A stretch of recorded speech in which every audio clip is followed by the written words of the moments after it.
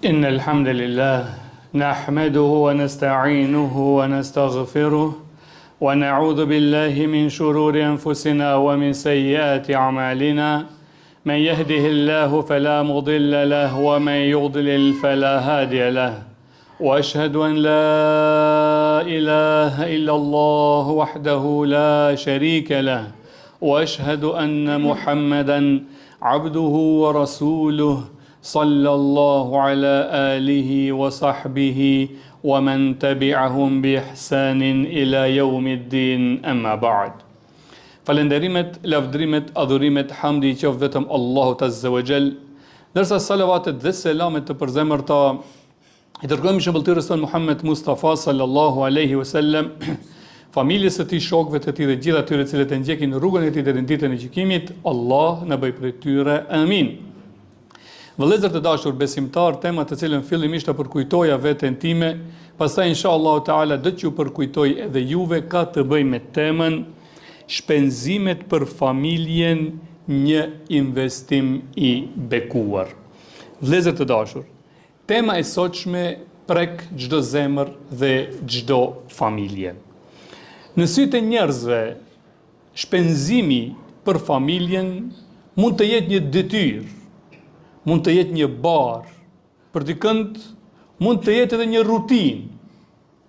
Mirë po, tek Allahu, shpenzimet për familjen është ndër veprat më të dashura, më të shpërblyera, ndër veprat më të veçanta te Allahu I lartësuar, që ndryshe llogariten edhe si sadaka te Allahu I lartësuar. Janë pasuri që nuk humb, por ajo pasuri që shpenzohet për familjen është nga ajo pasuri e cila ruhet në botën tjetër. Shpenzimet për familjen nuk janë humbje, por janë një investim I përjetshëm në mëshirën e Allahut të lartësuar. Nuk ka shpenzim më të çmuar, më të pastërt, më të bekuar se sa ai shpenzim që del nga dora e të dashurit dhe shkon e shpenzohet në më të dashurit e tyre. Çdo shpenzim që bëjmë për prindërit, që bëjmë për gjyshërit, qoftë në ilaçe, ushqim, apo në diçka që ju sjell atyre gëzim, dinja se ajo është një sadaka e cila na shpije drejt rrugës së xhenetit. Kujtoni sakrificën e tyre që ata bën kur ne ishim më të nevojshëm, të paaft, të pamundur, kur ata me dashuri dhanë gjithçka që ne të jemi sot kështu. Sot ka ardhur koha që ku ne të ja u kthejmë diçka nga ata që dhanë gjithçka për ne.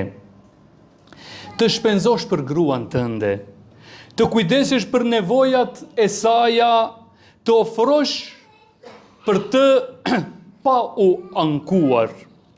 Kjo nuk është thjesht një detyrim martesor, por është një adhurim madhështor.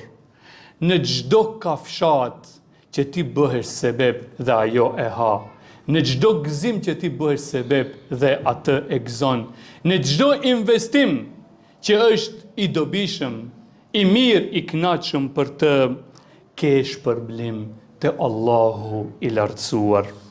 Fëmijët janë amanet.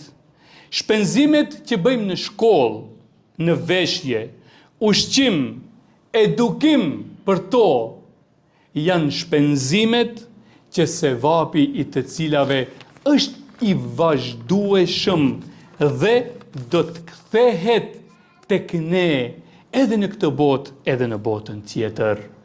Gjithë këtë që u tha, të tërën e mbështesim, edhe pse ka më shumë se një hadith, në mjafton një hadith që tek na qëtash të shtohet bindja me dashuri të shpenzojmë për gjishrit, prindërit, për grade, për fëmijët, dhe të ndjehemi krenar dhe të dim vlerën e shpërblimin që e marrim, kujtonja këtë hadith të pejgamberit sallallahu ku thot: dinarun anfaqtahu fi sabilillah. Një dinar që e ke shpenzuar në rrugë të Zotit, xhami, në rrugë të Allahut për të rrit feja. Dinar anfaqtahu fi raqaba. Një dinar që e ke shpenzuar për ta liruar një rob, elhamdulillah ç'është nuk ka.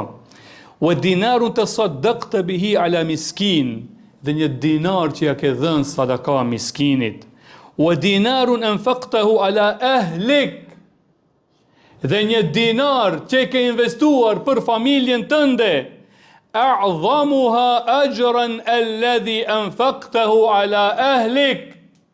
Shpërblimi më i madh i gjithë atyre dinarëve që i dhaje është shpërblimi i atij dinarit që e ke shpenzuar për familjen tënde. Vëllezër të dashur dhe motra të nderuara, le të bëhemi nga ata që kursejnë për njerëzit që Allahu i ka vendosur më afër nesh. Le të jemi dorëlir karshi atyre që na duan pa kushte, sepse shpenzimi i bërë me sinqeritet për ta është një hap më afër xhenetit. Lusë Allahun e lartësuar me emrat e tij të bukur dhe cilësitë e tij të larta, na jep neve pasuri o Zot. Jepu pasuri mbar besimtarëve musliman dhe mundsoja që atë pasuri ta shpenzojmë për familjet e tyre, për ngritjen e tyre, për edukimin e tyre, për shkollimin e tyre dhe ta shpenzojmë në çështjen e Allahut edhe në çështje tjera bamirësie. Amin. Aqulu qawli hadha astaghfirullaha li wa lakum wa li jamil muslimina min kulli dhanb fastaghfiruhu wa tubu ilayh innahu huwa at-tawwabur rahim.